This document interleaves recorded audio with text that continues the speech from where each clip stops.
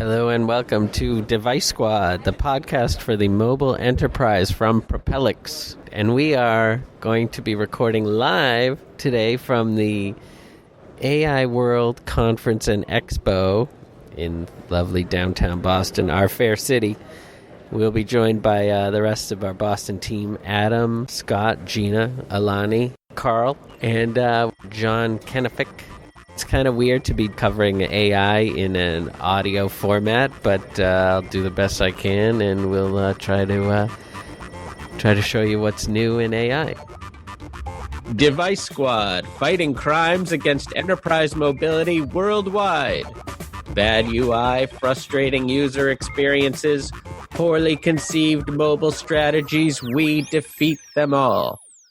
This podcast series will cover all aspects of enterprise mobility, including strategy, development, design, testing, and more.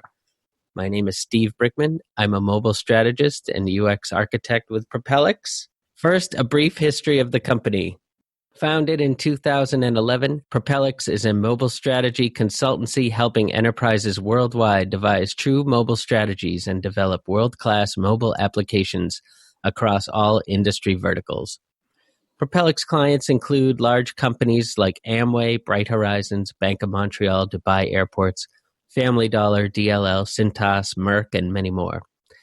Propellix menu of services includes 8 different mobile kickstarts, covering everything from mobile strategy and road mapping to MCOE to UI UX design to mobile testing strategy, along with soup to nuts app design development and support.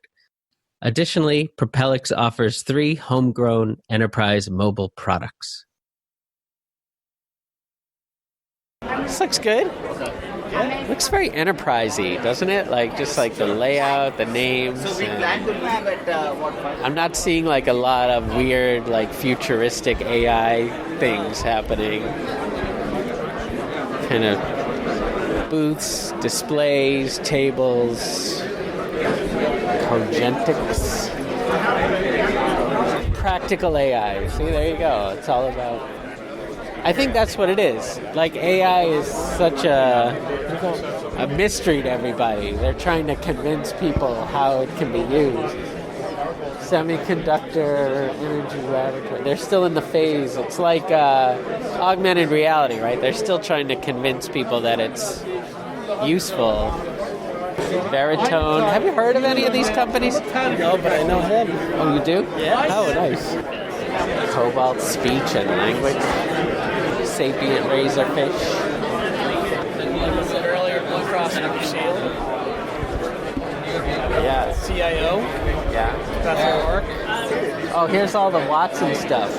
So we're showing off Power on this side, and then Watson on the other side. So Power, you might have heard, we sold off our x86 business a couple years ago. Don't do that anymore. But now we actually take the same architecture that we're doing in mainframes and everything else for distributed for everything else in the world. Turns out it kicks ass for deep learning workloads, AI, all that stuff. Sure. So 4 to 6x per socket better. So... that's what we're doing now, partnering with people like NVIDIA and Mellanox and everyone else to any systems that need a lot of I/O. So is it anything like the commercials where You seen Power commercials or Watson commercials? The Watson commercials. I was going to say, you seen Power commercials? Wow! They finally appreciate us. No, yeah, the Watson. Sorry.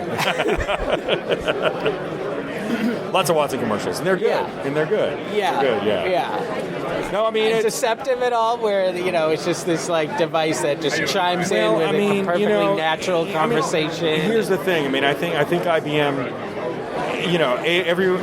my feeling, and I'm a new IBMer. I've been IBM a year and a half, right? Yeah. But my feeling is that everyone else is kind of Johnny-come-lately to AI, right? IBM's kind of doubled down on this a while back, years ago. Beat Jeopardy almost 10 years ago. Yeah. And was, so yeah, so I think it's finally as it's touching everyone's business, and as all other companies start to learn how to spell AI, it makes sense that IBM's going to double down on showing not only can we spell it, we've been selling it. We've been doing it for 10 years, so, and that's what we're seeing, I think. That's amazing.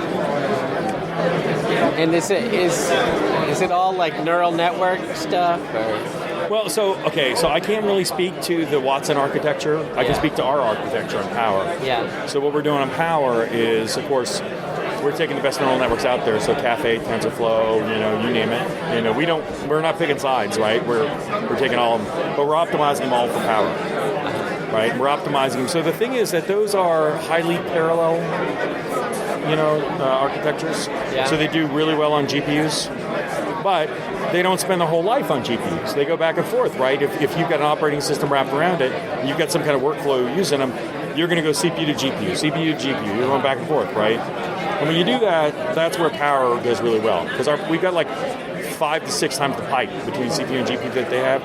The other thing that having a big pipe like that lets you do, and this is the most important thing, is it allows you to use system memory from your GPU. So otherwise, the size of your model, right, is limited to the amount of GPU memory you have, unless you want to run at about a quarter the performance, right? Because that's what you have to do. If you start using system memory from the GPU side, you got a PCIe 3 bottleneck, right? So it's like that's your either small models or deal with a bottleneck. But with us, you don't have to do that, because the fact that our pipe between our CPU to GPU pipe is it's bigger than Intel's CPU to memory pipe.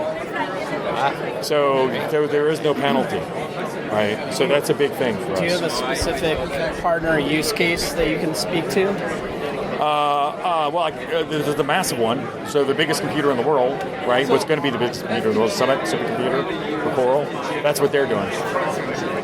So they're going to have 3 exaflops of AI as a service as part of it. So they're going to be in the top 500. They're going to be number 1, hopefully, once everything. But that benchmark's kind of old, the old impact benchmark. But they're going to be number 1 again. But yeah, so we're working very closely with them on some scale models. But that's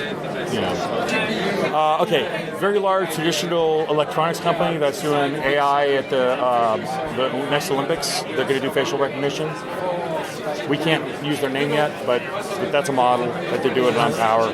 You can imagine thousands of cameras around the Olympics and lots of facial recognition going on there.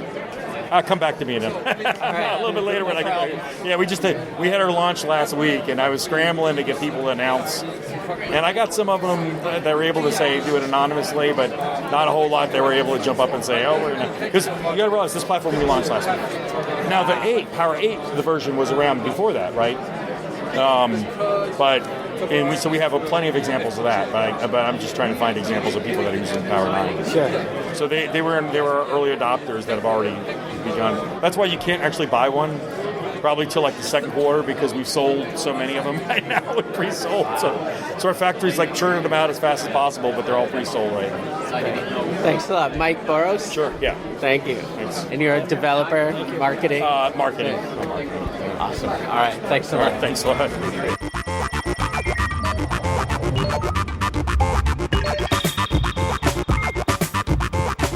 So, Watson, is it anything like the commercials? I think that's my first question. I don't think I can answer that. You can't answer that? Why is that? Well, can you put it in context? You see the commercial. The Watson has a very distinct personality. It's sitting on the desk and it's engaging in conversation. It seems. Perhaps you can answer it and tell him what Watson Conversation does. Yeah. Okay, so Watson essentially is a suite of APIs, right? All about human sensations and so on. So this app I have here is called Watson Conversation. It's about teaching bots to have a conversation and so on. So building a chatbot. So the Watson APIs are about that. That's very cool. So is Watson out there? It can be purchased. It's already available. Yeah, so we have a cloud platform called IBM Cloud. It used to be called Bluemix. And so you can just create instances of our services from there. Can you talk about who's using it and how it's being used in the industry? So we have some public client references. Yeah, within Conversation, so chatbots essentially. Autodesk is a publicly referenceable one. So they have a customer support bot and help answer first level like support questions and so on. So. And is it like audio, or is it, when we're talking about chatbots, is it text or is it audio? It can be both. Interact? Yeah. So for conversation, it's text, and then we have speech APIs that you can put on both ends of it to make it voice-based. Yeah, that's really cool. So you're probably familiar with chatbots already. Yeah. This is just kind of an application, just demoing like what an intent is and so on and how it works. So I'll just go through it kind of briefly, and then just let me know if I can just move forward to the tooling if you like. So within this, imagine it's a car agent. So this has been built out already. So it's saying, what would you like me to do today? And you can the user gives a response back. So you can say something like, I see it's raining, so turn the wipers on. So essentially, what the system is doing is it's understanding the intent is that it wants to turn something on. And then we have another feature called entities that's picking up the word wipers. And so specifically, the user wants to turn the wipers on. So it's a very simple way of just picking up what the user wants to do. And then within my application, I act upon that and then actually turn the wipers to go back and forth. Right, sure. Yeah, so that's just kind of... Go ahead. Like, is your goal to have more natural voice interaction, or are you shooting for text interaction, or both equally? Like, do you have? Yeah, so I think for my product, because we have the speech APIs kind of separate, we generally focus on text interactions. On text more, yeah. Sure. But I definitely see the value in both. Yeah, sure. And I see them a lot. So that's awesome. Yeah. And all right, so what's next? Yeah, so just kind of like a more complex flow. Then after that is saying like, I'm hungry. Within the and then they go ahead and say, okay, do you have a specific cuisine in mind? So demonstrating, you can go through multiple turns with the user and say burgers. And this says, sure, find out 5 locations that we should like me to go to. So essentially, you're collecting multiple pieces of information, so then you can act upon it, which here would be recommending a restaurant and so on. And kind of the differentiator is like the contextual intelligence, right? I mean, like if you tell Siri you're hungry and then you say burgers, it's not going to link the burgers back to the I'm hungry comment. So yeah, so I would definitely say it's tough within Siri. Like they do an amazing job. They have like so much they have to accomplish, right? Yeah, sure. Anything that could come in there. Whereas generally, I think our customers have like a more specific use case. So you can come in with your data and train it, and kind of be able to build out some specific responses. Yeah. So do you how many of your clients will come to you and then you'll utilize their data versus clients that will just utilize your sort of generic data set that already exists? Mainly the first, yeah. The first one, their own data set? Yeah. It's interesting. That's kind of what I'm learning a lot today. Like, everybody seems to almost be like duplicating sort of a lot of the services, and a lot of these, there's like a lot of discrete data sets that are being generated. Mm-hmm. And I just wonder, with APIs, everybody will access everybody else's data set. You think that's what's going to happen eventually, or? Personally, I hope not. I mean, I'd like to keep my data. And so I think that people will try to kind of get there in the future, but I think also, like you're seeing with GDPR and the EU, I think that there's going to be a lot more regulation that comes in, and so to kind of make sure that you're taking good care of data and so on. Yeah. So I guess I'm still a little confused about why there need to be these discrete data sets. Isn't language data is language data is language data? I don't understand how does it differ from one to another? Can you clarify a bit more? Well, if I'm gathering data from a restaurant or something, essentially it's all going to be like English language, and so the meanings are all the same. So I don't really get, maybe it's because I don't understand what kind of data you're trying to extrapolate from the data that's been given. I guess what it sounds like is okay, I have this general data set. Why do I need anything specific? Yeah, why can't you generalize that? Yeah, so I guess you can. I just think that it's not as accurate as if you give kind of like a specific, this is what my users are actually saying, and so on. And that'll train the algorithms in the best way. So I would say that it provides like a more contextualized, accurate answer when you kind of bring your own data. I see. Cool. Hey, Chris, thanks a lot. Yeah, appreciate your time and so on. Thanks a lot, man. Appreciate it. That was IBM Watson.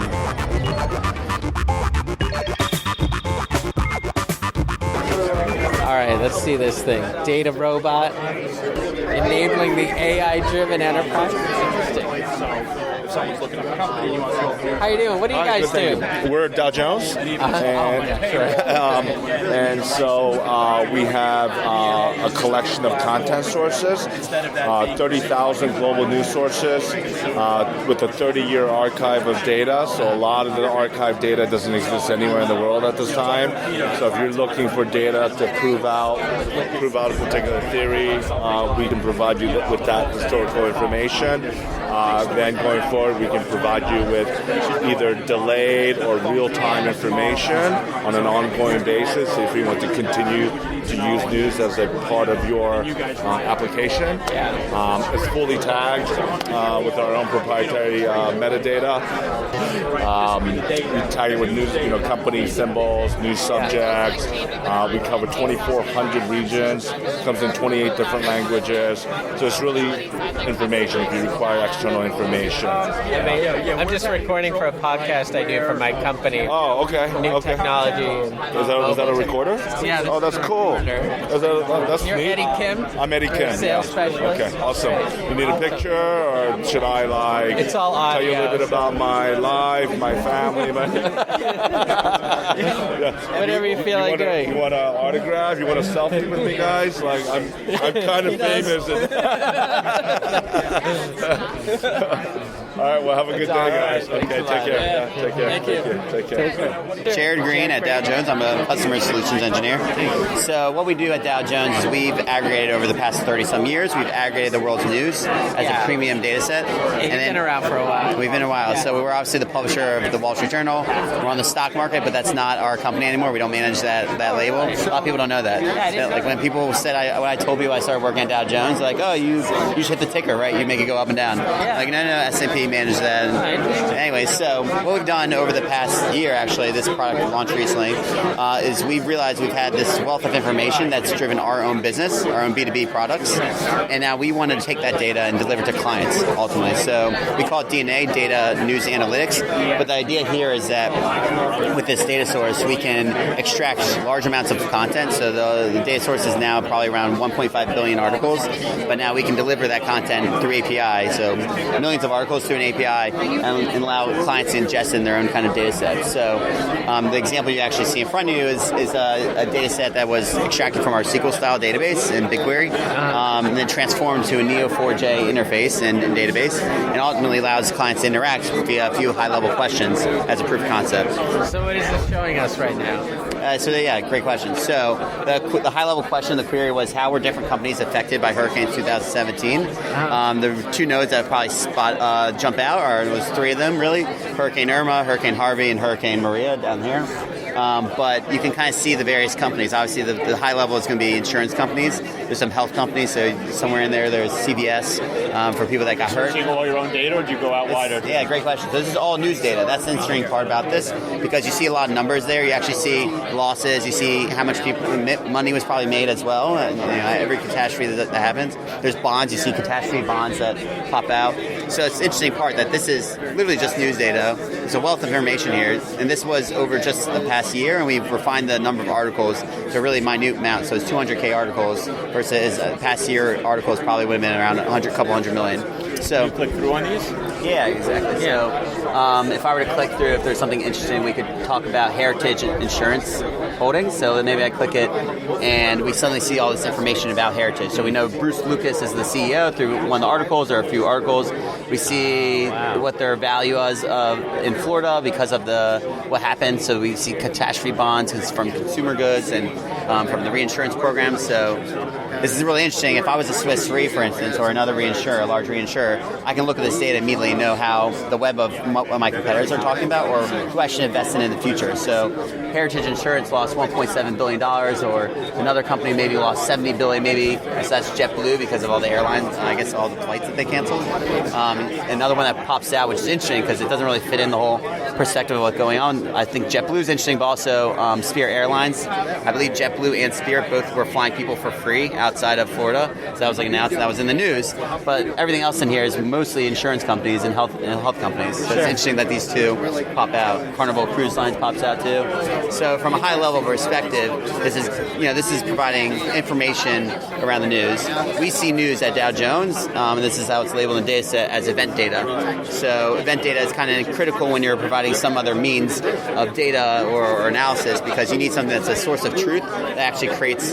functional meaning. So, yeah. How are most of your clients using the data? Yes, a great question. So there's a lot of different ways that people kind of take news and apply it to their own business means. Supply chain is a common item. So a client might take this kind of application, but then build it directly with supply chain data. So by using news, I can kind of see that there might be civil unrest, like for instance in Catalina in Spain, right? There's civil unrest there. If I was in Portugal and I was shipping goods to Germany, and maybe I was originally going to ship it through a trucking company that was based out of Catalina, I might see what's going on there through the news as an issue. And that's hard to do with anything with your supply chain, right? Well, maybe 20 years ago, some civil unrest happened similarly, and we saw a bunch of strikes happen immediately after. So immediately taking that historical data, so this data set goes back since 1980s, I could take that, build a propensity score, and then ultimately plug that into what's going on in Spain right now to know the chance of likelihood that my truck lines might shut down. I might want to fly that, and I can immediately apply that. Another obvious answer is news is going to be related to the stock market. So people are hedging their bets based on bonds or high yield bonds, and kind of trying to figure out when those companies most likely will go bankrupt. You might relate that kind of to an Altman Z-score. So like take common score and then behoove that with news data. Sales enablement is a really critical one. I think it's very interesting. So part of this data set, this is thousands of resources or sources of news. There might be a low-level article from the middle of nowhere, Michigan, that talks about this technical company that had an issue with Oracle. And it might be reported in a local paper, maybe even a regional paper, but it might not make its way all the way to New York Times. Well, if I'm in sales and that's my region, I'd be very curious about what's going on with Oracle and how can I do that. So as a sales enablement tool, it's very powerful. How are you selling this software? Yeah, so it's API based. Yeah, it's subscription based, and it's about a number of articles because we pay royalties back to all these guys, and by number of extractions to detect me. Yeah. Awesome. Yeah. I mean, unlimited utility. Yeah, that's the idea. The idea is that we want clients, we built our own custom products on this, and some of it's risk and compliance, some of it's research-based, but the idea there, really why it's called DNA, is we want to take Dow Jones' own DNA and plug it into clients, and it's the ultimate partner solution, right? And they can build their own applications. So the API people will put in the query? Yeah, exactly. So it plugs directly into our Google BigQuery backend, and it's going on to S3 soon. But basically, the query system allows you to get the number of articles, analytics around the articles as well, and then ultimately we want the client to extract the data and put it in their own database and own projects. So depending on how many you get back or how many then you go deeper to try to get more data? How much you actually downloaded, because ultimately that's the way we've signed these contracts through our partners is the number of articles extracted. So it'll tell you first before you pick what you want to download? Okay. Yeah, and then the analytics around it. So maybe you want like group by month how many articles were about hurricanes. And then you might say, okay, I only want articles published before 2007. Okay. And that the idea here is also about Puerto Rico or only articles about so there's a lot of metadata around it. So it's not just the raw text. The raw text is included, but we provide a high level aboutness to the article. So company codes, region codes, industry codes, subject codes, people codes. Some of that was used to build this. Cool. Jared, thanks a lot.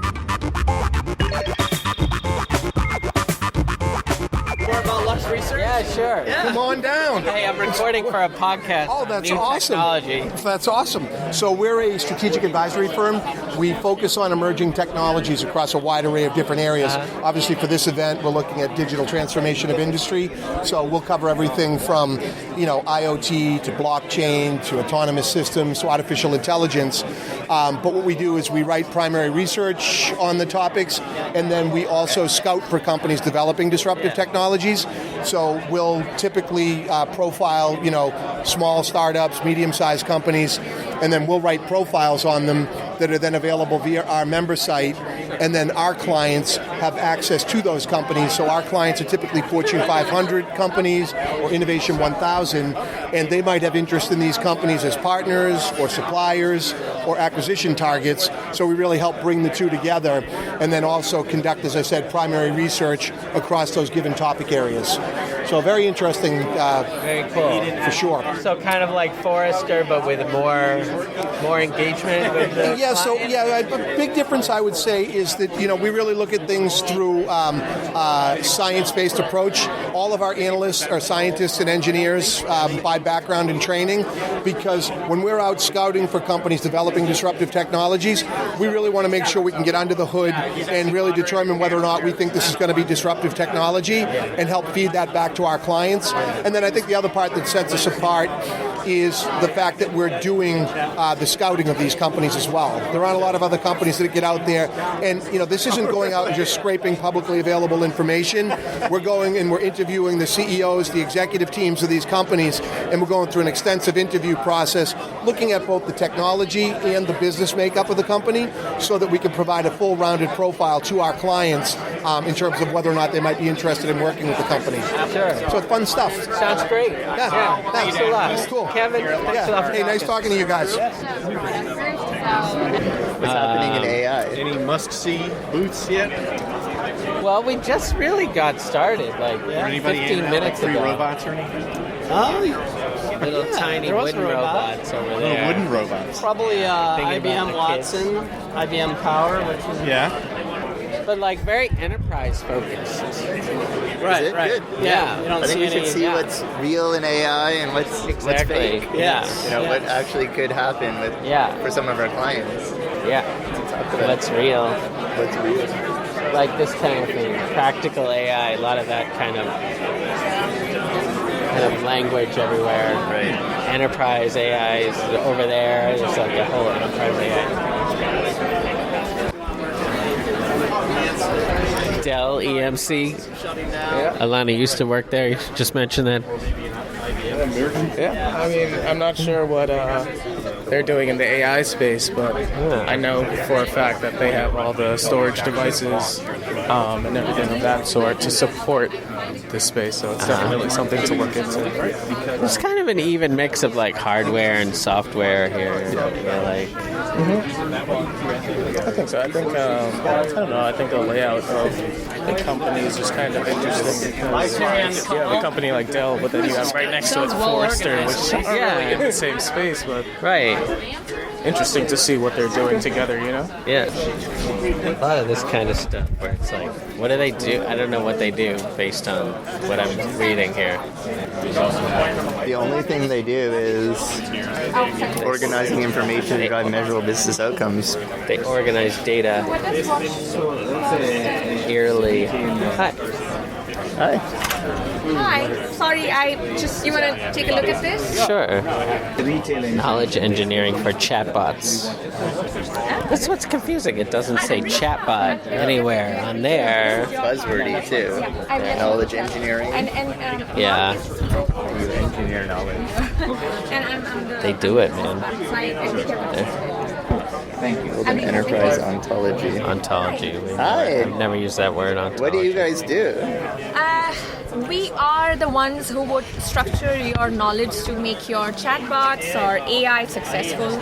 So for AI to work correctly, you need to have the information structured correctly. So that information is something that we structure. We have the foundational principles. So we are specialists in knowledge management. We've been there for almost 25 years now. So Seth Hurley, I have to send this is a great piece to hold on to. This is a reference in MIT review. So Seth Hurley is he's a IEEE peer editor as well. So he's a thought leader in the whole knowledge management, information architecture space. So like I said, we build that foundational framework for self-service or AI-driven bots. Could be chatbot, could be information retrieval system. So we structure that information so that the correct information, correct for context, intent, everything is sent out to the asker. So, Interesting. I'm just recording for a podcast that I do on emerging technology and stuff.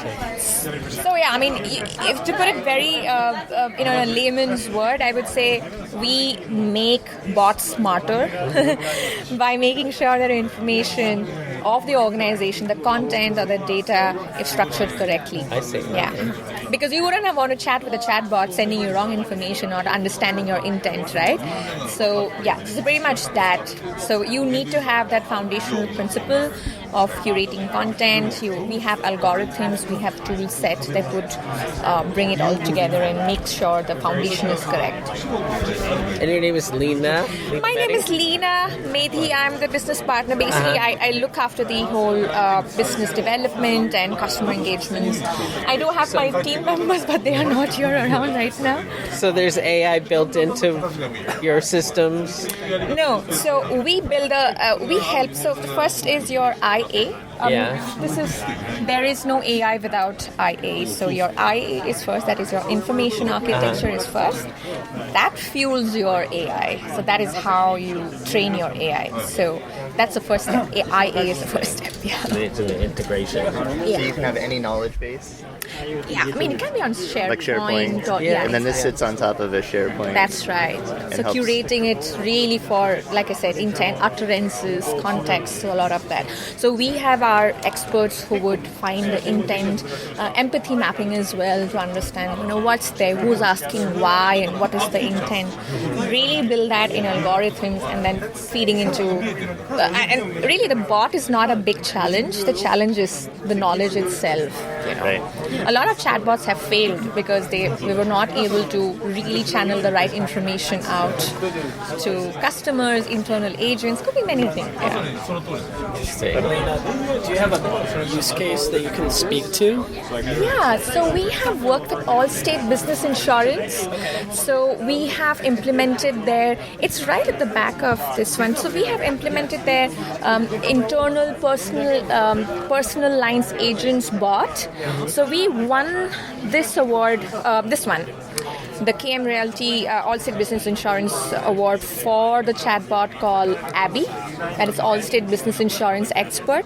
So it's for the internal use, though you wouldn't see it on the website. The website is something else. I mean, we haven't worked on that one, but the foundation is the same. So that is one use case, and we work with Applied Materials, helping the field engineers with the queries that come in. So really, call deflection is one of the use case, I would say, where our work really helps in terms of structuring that data, finding that. So that is one, if you were looking at something very specific to chatbots. But really the foundational elements are, I would say, knowledge management, correctly managing and engineering the knowledge of the organization. I mean, we can work with an IBM Watson, or we can work with a Google API.ai. It could be various other platforms that are available. There are a lot of startups as well to who help have these platforms. So is that a matter of filtering out non-essential, non-relevant data? Cleansing is one part of it, yes, but a large part of it is really understanding your users' intent. I mean, how do you do that? You would have to have some sort of interviews, maybe stakeholder interviews, understanding different use cases, like why would a customer call, what could be various things, finding that intent. So it's a lot of human to human, I would say, interaction that helps. I mean, filtering is one part of it, yes, but not really the bigger challenge. Thanks. Thank you. Thank you.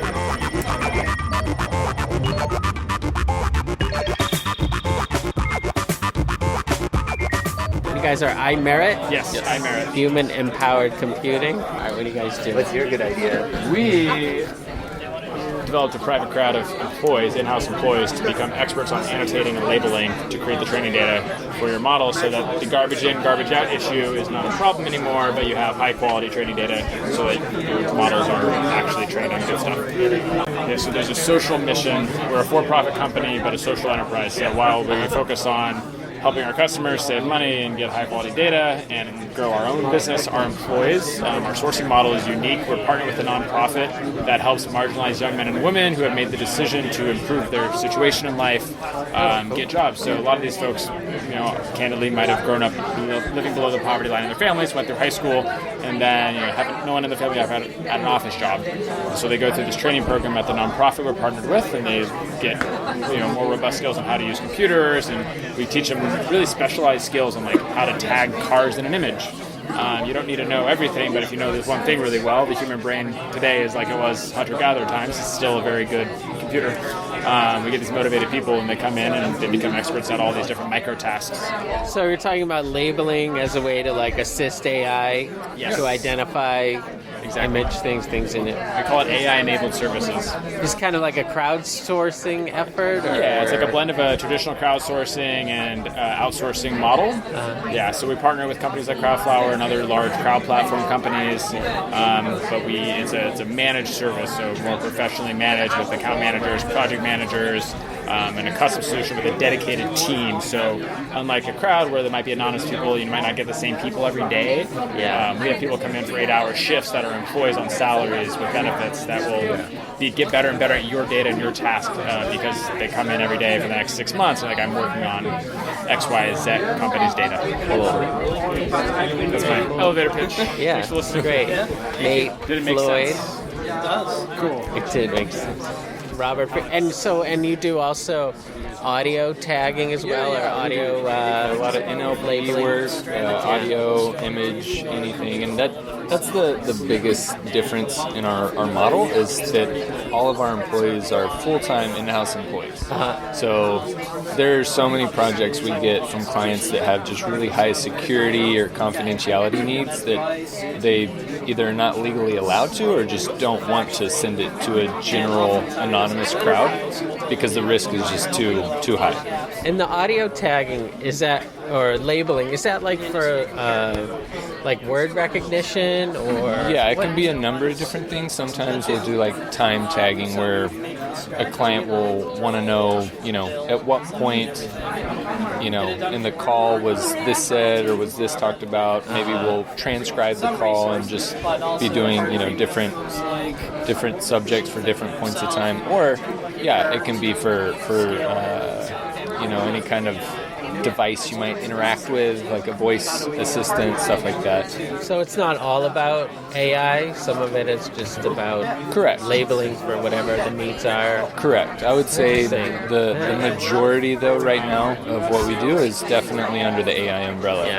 Because think about it. Like you have cars, you want those to be able to think like a human, right? Not like a machine. So at some point, they need a human judgment or a human perspective of some sort. Right. That's where we come in.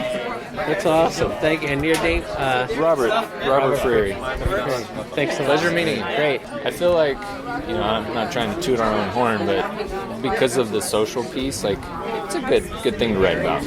Yeah. And beyond that, like, we're actually doing really well and working with some really cool companies.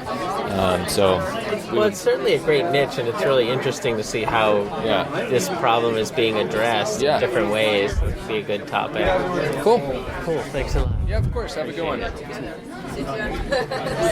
DeepSense.ai, big data science.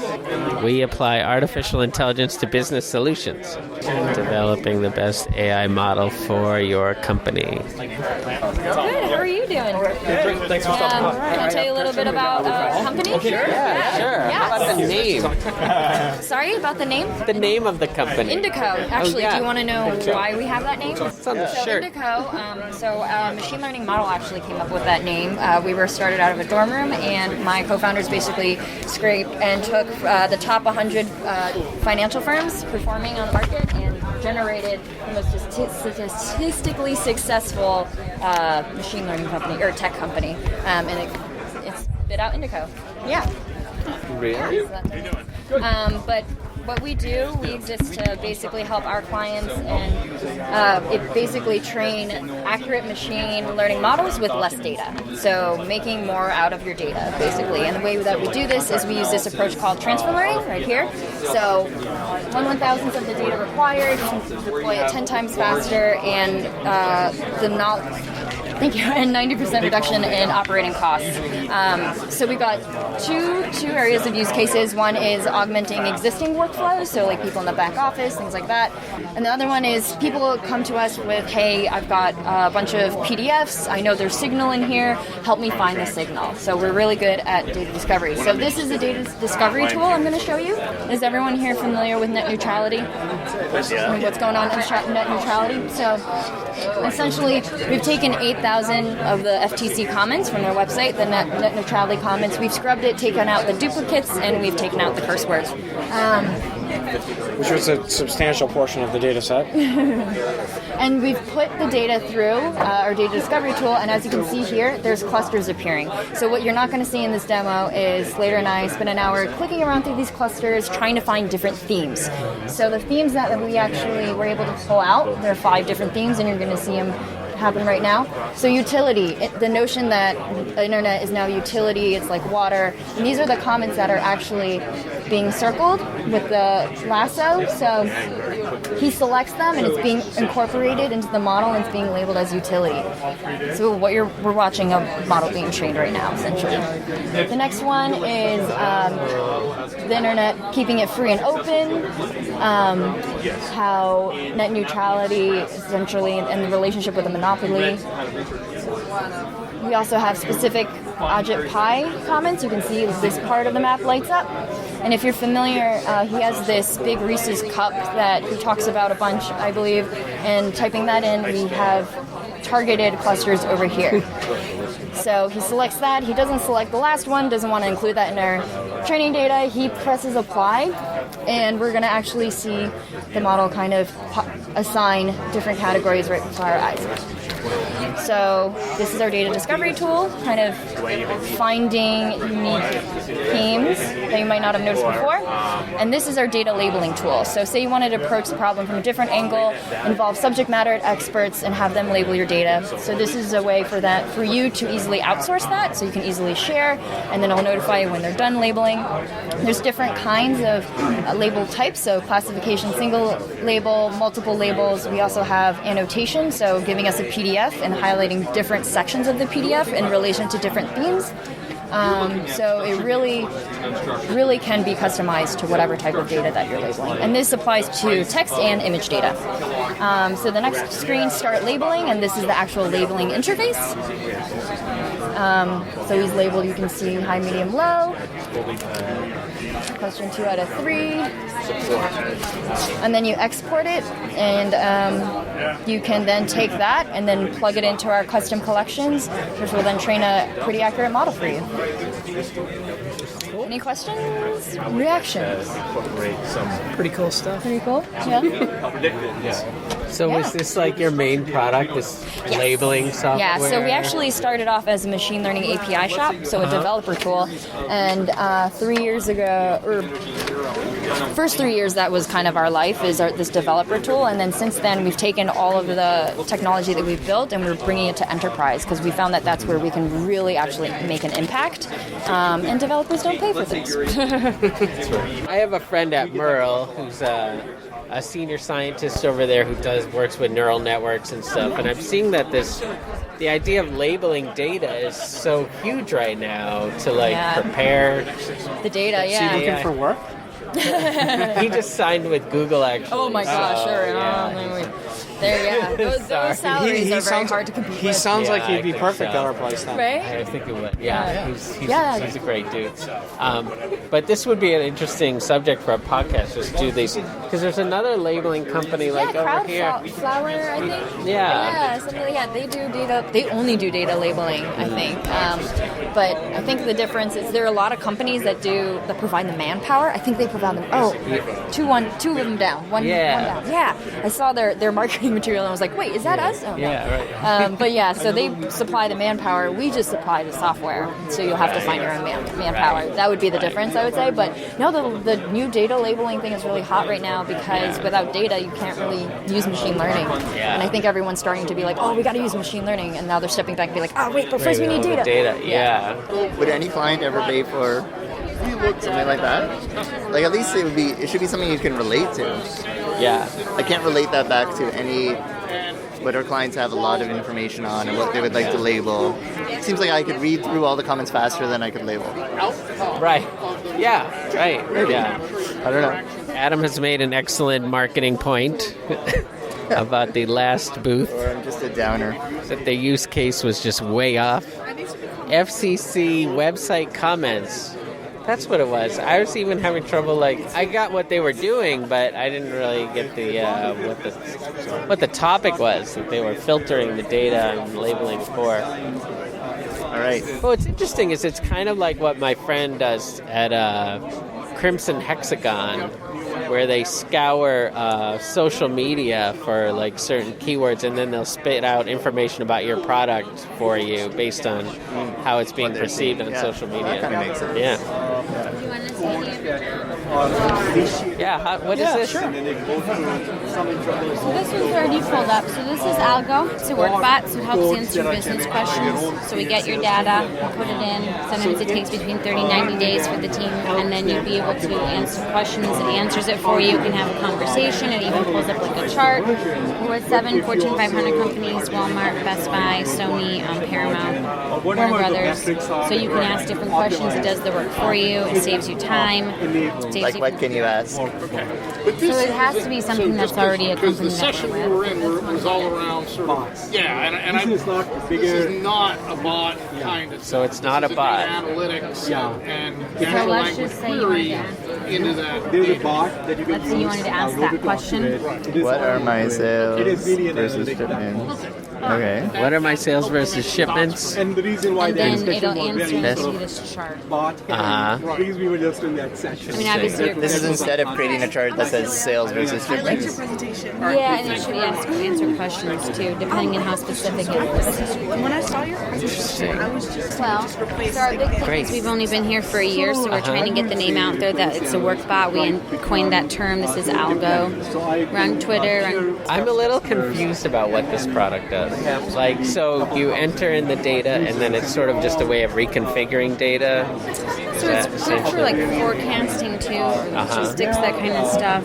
I mean, different companies I'm sure use it for different purposes too. I'm new, so Amjad and Jason did the demo earlier. They could just explain it more in depth or probably answer specifically. Sure. But so we coined the term workbot. He answers your business questions for you. I'm assuming it just makes it faster and answers the questions more accurate because it's your own data. Right. So instead of having people that have to put it together, it's very quick, as you can see. But it does take some time, but they're pretty quick about it. Interesting. We'll find you. Great. That sounds helpful. So you're putting in the data, and then it lets you. Why don't you just make a little chart that says, what are my sales in Best Buy? Why don't you type it in and ask it? You've already. I really don't get that one.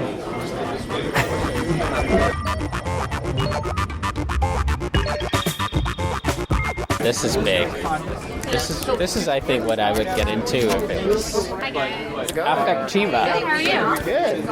How are you? I'm just recording a podcast for my company. We do it's like mobile and emerging tech. Awesome. Great. So Affectiva. Yes. So I recently did an episode with a friend of mine who's a scientist at Merle. And he's in neural networks, and he talked about where this is like the next step. So, what's your take on it? So we are. So do you know who we are? Do you have a context of? Okay.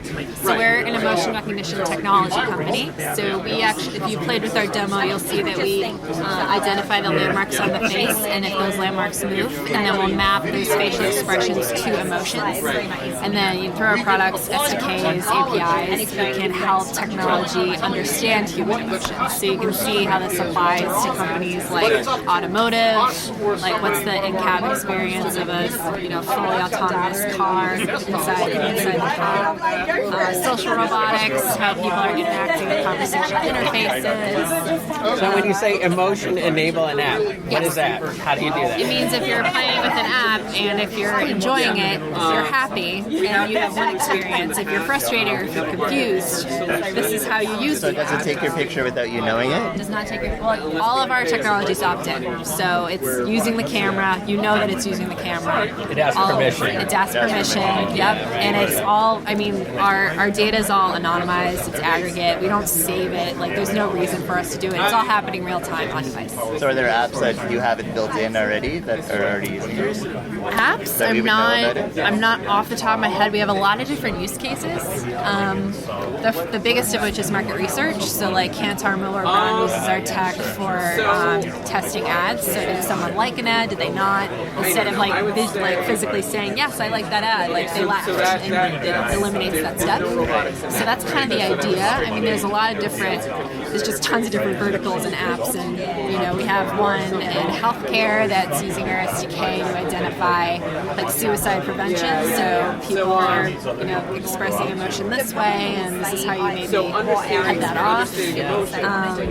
Another healthcare example is Brain Power. So they use our tech in Google Glass, and it helps people with autism or on the spectrum identify and improve how they pick up emotion. So that's another really cool use case. I don't know if these are answering your questions. I'm just rattling So are stuff they off. mostly consumer use cases, or are there B2E? Mostly, I mean, or B2B to understand consumer. Like we consider market research B2B to understand C. But yeah, our biggest challenge is focus, frankly. So we can do so many different things, and now we're just trying to narrow to those. Yeah. So you sell the SDK? Yep. So we have, this is actually more info on our SDK. It's free for 6 days, and then after that it's licensing. So it's for commercial, it's $25 per year, $25K per year. But everyone, we have a developer community that asks questions, there's like a forum, and get support that way, but yeah. That's great. And I've definitely seen this in articles. I've seen a screenshot of that. Yes, we have had a lot of press this year. Yeah, can you imagine? Yeah, I think we have we were mentioned 147 times or something. It's insane. So this is a very hot, we call it Did you emotion technology AI. to see if it was positive or not? Well, it's text, so it's hard because there's no faces, but in theory, if someone was reading our article, well, we actually have just kind of released it. It's called Happy Cam. It's actually curious that you mentioned that. It's kind of doing that. So it's a web interface. I don't have any collateral on it because it's still kind of new. It's in beta, but it's Happy Cam, happy.cam, and it turns on the webcam, and based on what you're watching or what you're looking at on your screen, it captures selfies, and it understands, you're most happy when you're looking at this content, not so much when you're looking at this. So that's kind of a cool, our theory behind that is trying to make people happy again and encourage them to look at the stuff that makes them happy versus not. Like puppies and kittens. Yeah. Are you working with Facebook at all? Not currently. No? No. Maybe one day. We have a demo on our website. We have a demo on our website that uses Facebook, like an intern built it, and it uses our tech to, how you have the live reactions of things.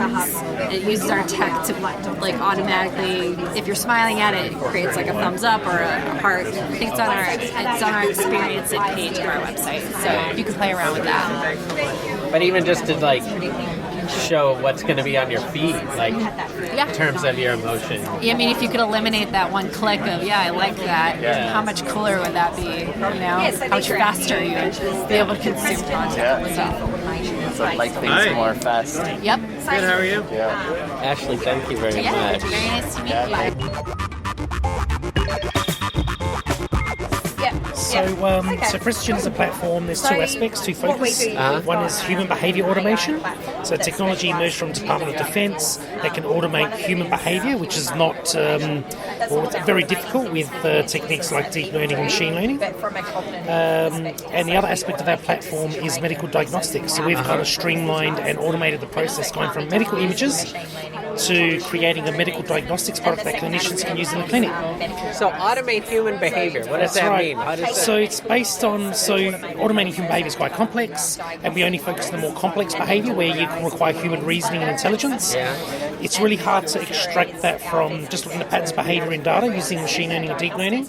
So we've got a technique based on behavioural science and psychology that can map that cognitive process and codify that into software using a similar architecture. And that underpinned a previous business that we had around predicting human behaviour, which we worked around the world in 6 different industries, and we sold to Ernst & Young a couple of years ago. Wow, amazing. Do you have like an example of like a use case? The use case we've got here is in medical diagnostics. So we've used the platform to create for a business, Life Whisperer. That's a joint venture with a company called Monash IVF. And we use AI to better select embryos to improve outcomes for couples wanting to have children. So what it does is help us identify which embryos that are more viable to implant into the female, which is critical for a successful IVF outcome.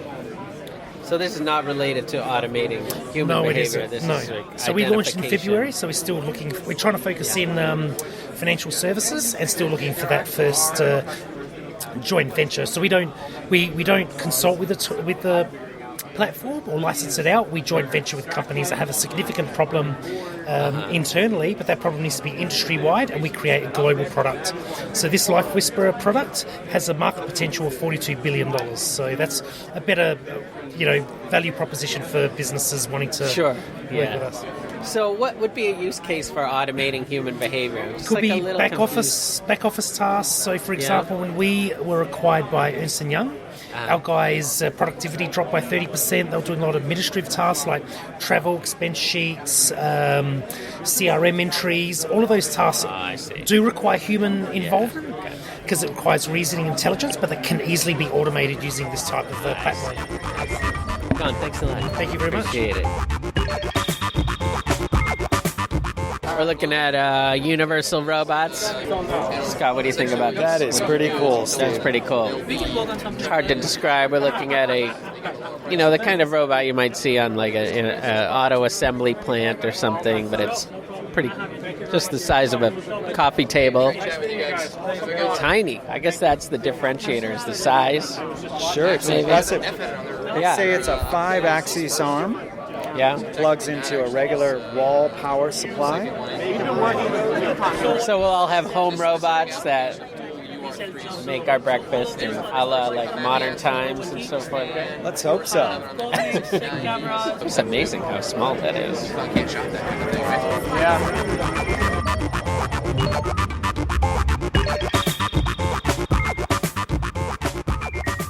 It's all natural language understanding of unstructured data.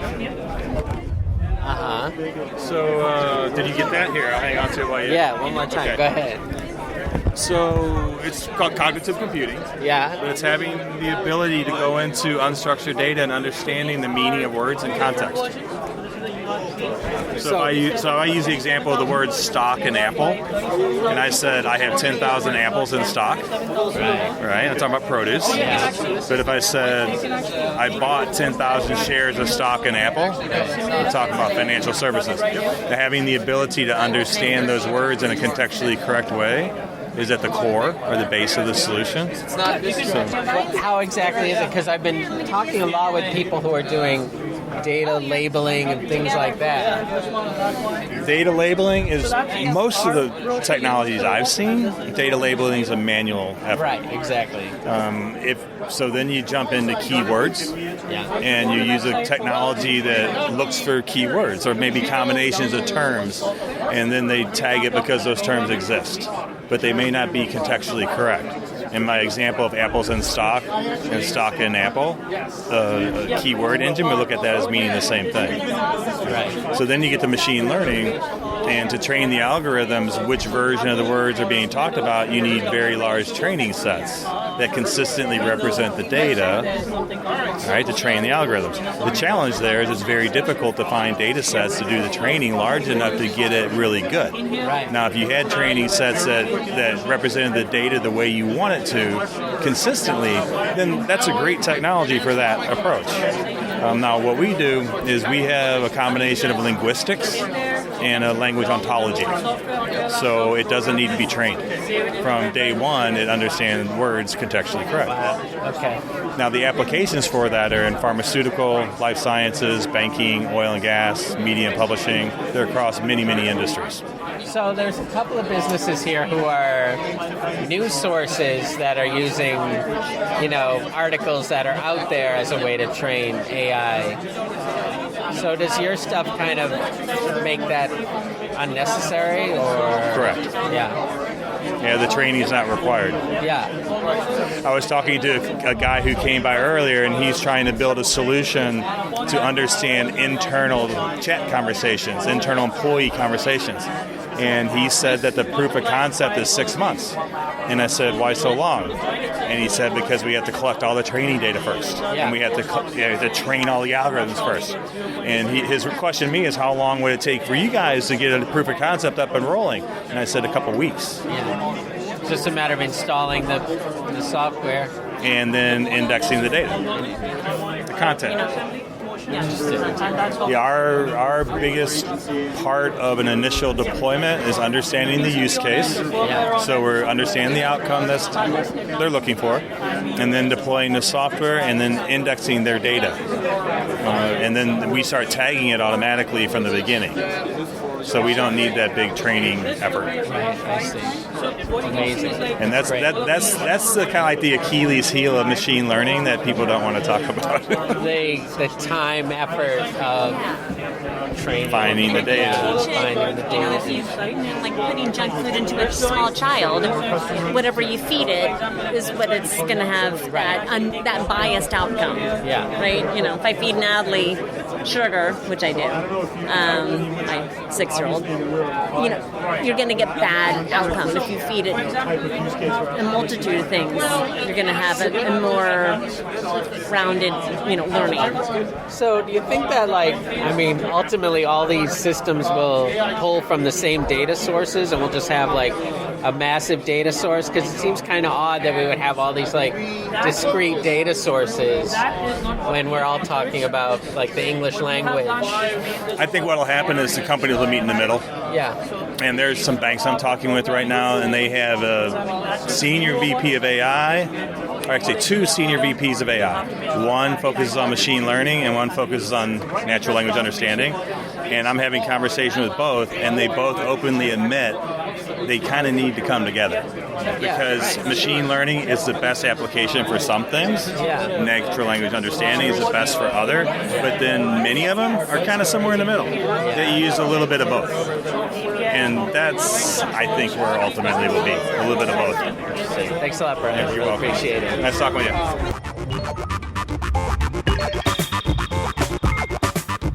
So UiPath, I'm guessing that this is UI for robotics. Is that right?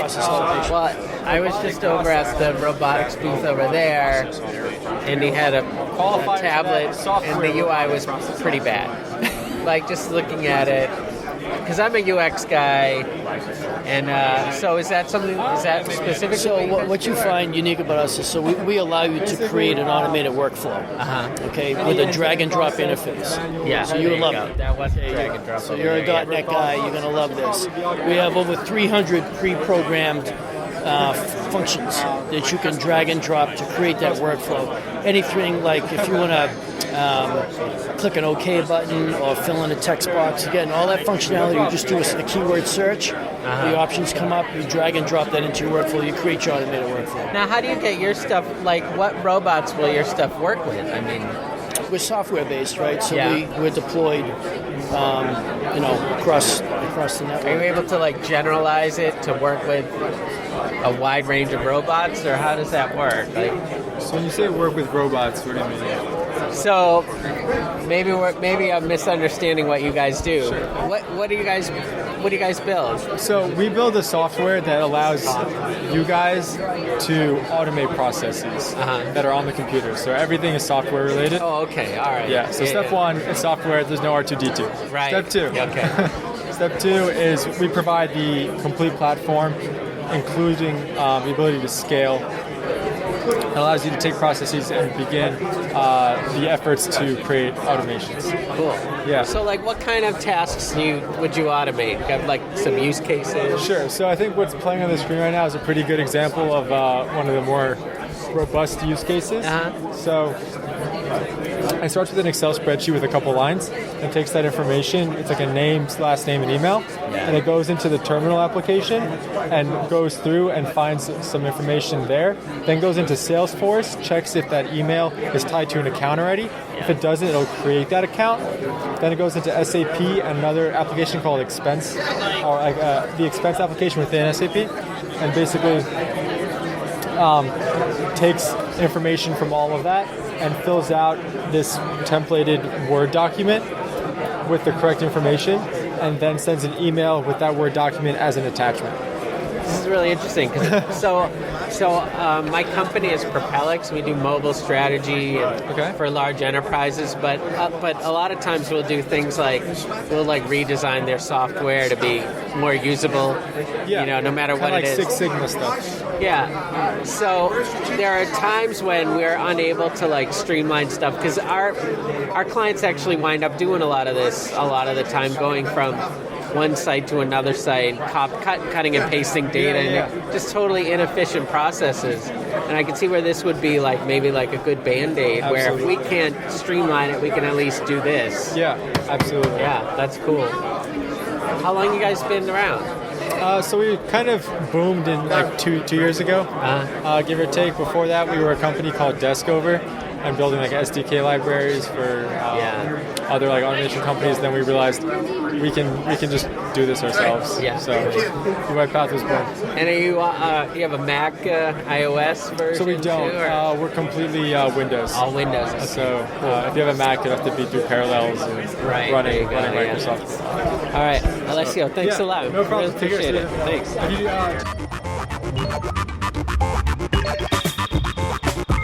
Hi, how are you? Good, how are you? Good. So, data robots, what do you guys do? So we're a data analytics company with a machine learning platform, so we do predictive modeling.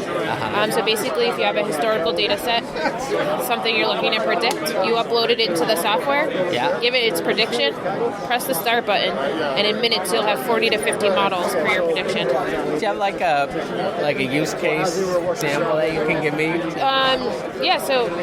you want to talk a little bit about use case? A use case? Yeah. What line of business are you in? So I work for Propellix. We're a mobile strategy consultancy. Yep. We work with large enterprises, just helping them develop their mobile apps. Or update software. We do a lot of different services like that. So a good use case that comes to mind is highly targeted marketing, right? So a big problem when it comes to marketing is the CAC, right? The cost of acquisition, the customer acquisition cost, right? When you're putting your resources to the wrong customer base or the wrong prospecting base, then you're not. First of all, you're pissing off people, right? Because I don't want to receive this, and I'm not the right target audience, right? So one use case for data robot is predicting whether or not a specific marketing is going to land well on someone, right? So now you can run predictions on that specific user set, right? So you can say, all right, we want to go after 60 to 30-year-olds or whatever the case may be. Now you can run highly accurate predictions, and now you can focus your attention on that segment of the market. So now you don't deploy marketing dollars to the wrong side of people, right? So great example. But there's use cases across practically every vertical on the planet today. We work with the New York Mets, for their draft analysis. We work with banks for fraud prevention. Obviously, customer loans. Is someone going to be likely to default on a loan or not? So you name it. As long as you have data to support and for the algorithms to learn off of, then you'll be able to make very accurate predictions and in a fraction of the time. So where do you get the data? So that's from the customer, right? So the customer will have think about the era of big data, right? You've heard this, big data, right? So the thing is, customers are sitting on treasure troves of data. The problem is there's not enough data scientists in the marketplace for them to be able to mine that information, that knowledge off of that data. And so what Data Robot does is it democratizes predictive analytics, right? So now for the first time ever, you don't need a data scientist necessarily to be able to run these predictive models. You can have a business analyst, you can have an executive, you upload the data, hit start, and it starts to generate a whole bunch of different models, automatically determining which is the best model for your specific use case. So that's the beauty of the platform. Very cool. Freddie, I'm just recording a podcast on mobile and emerging technology. Cool. Looks really great. This is awesome stuff, yeah. How long have you guys been around? Since 2012. 2012, that's really early. Yeah, it's really early. Right? Very highly venture-backed company, $150 million in the bank, and working now with some of the biggest clients in the world, so across every vertical. So 2018 is going to be a fantastic year for us. It seems really promising. Yes, really great. Definitely. Well, absolutely. Take care. See you.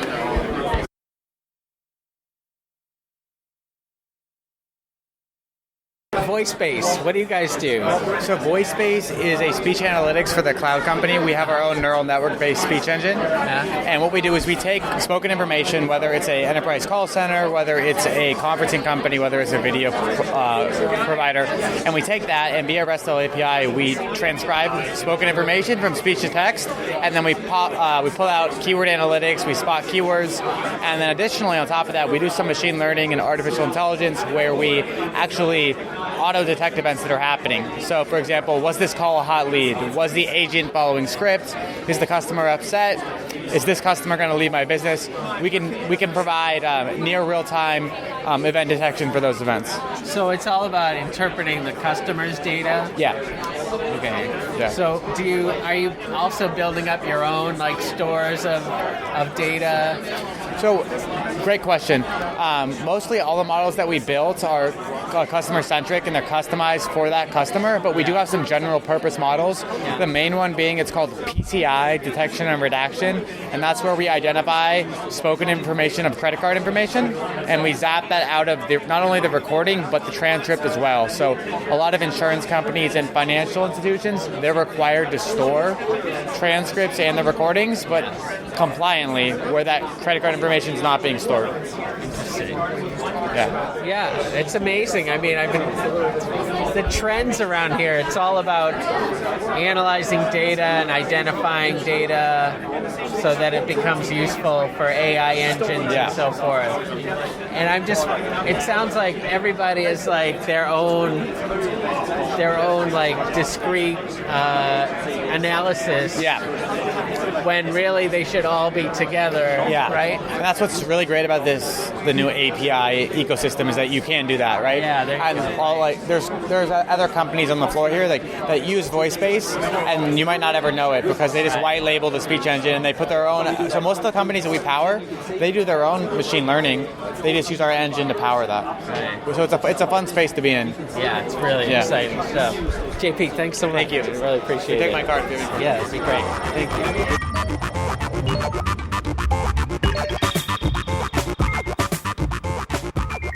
And you're SFL Scientific. There you go, yeah. We are a professional services consulting company, and we are the only consulting company you find here, and in most other shows. Right, yeah. Right? You don't find many, right? Yeah. And I guess that's why we're here. Maybe sort of the oddball out. And so what do you guys do? We do professional services in data science and AI. So we try to break the problems by data type, so by image, time series, text, NLP, and some sort of catch-all, which is business intelligence or your crazy research type of project that doesn't fit anywhere, right? So images can be disease detection, can be pathology, can be insurance, can be driverless cars. Time series can be IoT, cybersecurity, anomaly detection, energy prediction. Text can be contract intelligence, can be sentiment analysis, anything in between, right? OCR and whatnot. And then BI is your predictive analytics, your user recommendation, segmentation, and whatnot. And we have a client that's 3D printing organs. So are you guys using some of these other companies? No, we develop everything from scratch. Really? Our guys, will sit with our clients and go full Monty. From the strategy, what they need, where do we begin, what data, metadata, what infrastructure to get, to the big data engineering, like what pipeline do you have, microservices, how do you scale, horizontally, vertically, whatever, to the consumption layer. You want dashboards, you don't, you want the yes and no, what is it that you need? So you're doing text analysis, image analysis, video analysis, audio? Yep. Audio analysis too, everything? If it's data, we will take a peek at it. All right. That's great. That sounds like a big bite. It's a big bite. I mean, the data types are common across different verticals, right? So if you're doing the image analysis in insurance, you might as well do image analysis in pathology, right? Like if you're doing if you're doing time series for IoT, you might as well do anomaly detection. The techniques are the same, right? But one will be used for cybersecurity, one will be used by, IoT type of devices. Right? How long have you guys been around? About 3 years. 3 years? Yeah. That's great. How's business? Good? I can imagine it must be. It's insane. Crazy. Yeah, I mean, for you to be able to consolidate all those different data sources and provide services for all of them must be really it's going nuts. Hugely desirable. Daniel, thanks a lot. Nice Appreciate to meet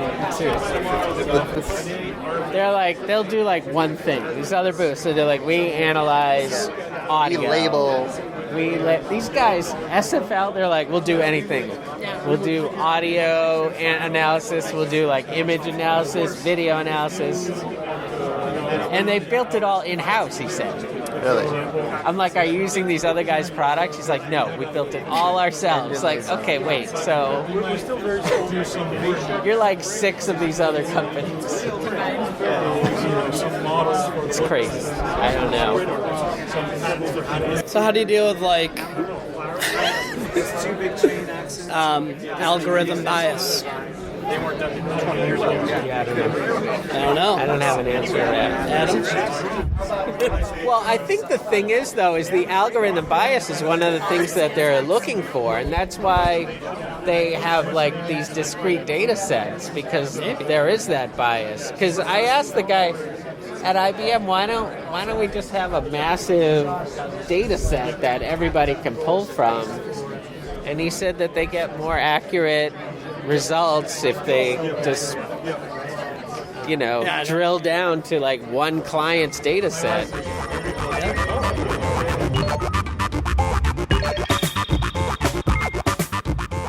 Before we're on the record, let's invite you to our open bar cocktail hour here. Yeah, I like the sound of that. There's the business card Excellent. to go with it. All right. A legion? A legion, like a legion of workers, right? Yeah. So we do high volume data labeling and annotation, computer vision, image segmentation, things like that. Anything that you need metadata or labeling or annotation at very high volumes, okay? So we take that volume of work and pass it to kind of armies of workers, like similar to Mechanical Turk. So we would use Amazon's Mechanical Turk and other crowds like that to actually do the work. But our software is what passes it out and preserves the quality of it. So we have IP built into the software to guarantee quality for the customers, because what they're after is training data to train their AI algorithms. Right. So they might be trying to create a computer vision application, and they need someone to look at 50,000 photos and identify all the vehicles in those photos and categorize them to the type of vehicle so that they can train their algorithm, right? Yeah. And then later on, they might have us come in and help score the output of that algorithm, right? And pass, fail, or correct, how it's doing. And then at the end, kind of long tail exception handling. So if the algorithm's under 90% confident, it might hand it to us, and we would have a real human make the decision so it could go to the customer. So is it all image analysis, or? No, we'll do any type of media, right? So. So we will do images or audio or video, whatever the digital asset is of the customer. Yeah. And then we'll also do data extraction. So we'll go to the internet and do actual extraction if they need us to. Anything that we can quantify into a micro task for a worker. Yeah, sure. If we can put it on a web page and ask and task a worker to do it, then we can do it, right? So. And so, do you have your own custom software that you developed? So that's what we have. So we're a software as a service platform that sits on top of these work groups, right? So we will provide an API to the customers who then can pass in programmatically their content in real time. We will pass it out to workers, right, one or many workers, and pass the answer back programmatically to the customer. So our software handles all of the quality and all of the work assignments, So we're basically a black box full of humans that sits inside other people's workflow, right? Sure. Does that make sense? Yeah. So there's kind of a few different iterations of your kind of company here today, and my big question has been the goal is to just create an enormous data set, right? I mean, an enormous labeled data set. An enormous labeled data set. The goal is to provide ground truth structure to your data, okay? So if you're going to train an algorithm, and this algorithm has to mimic human intelligence, then the ground truth data, the supervisory training data that you train it with, you have to know is correct. Otherwise, it's garbage in, garbage out, right? And you're going to end up with a poorly formed artificial intelligence because you trained it poorly, right? Yeah. And so we will take the source data that you have, or we will go find new source data. That happens a lot too.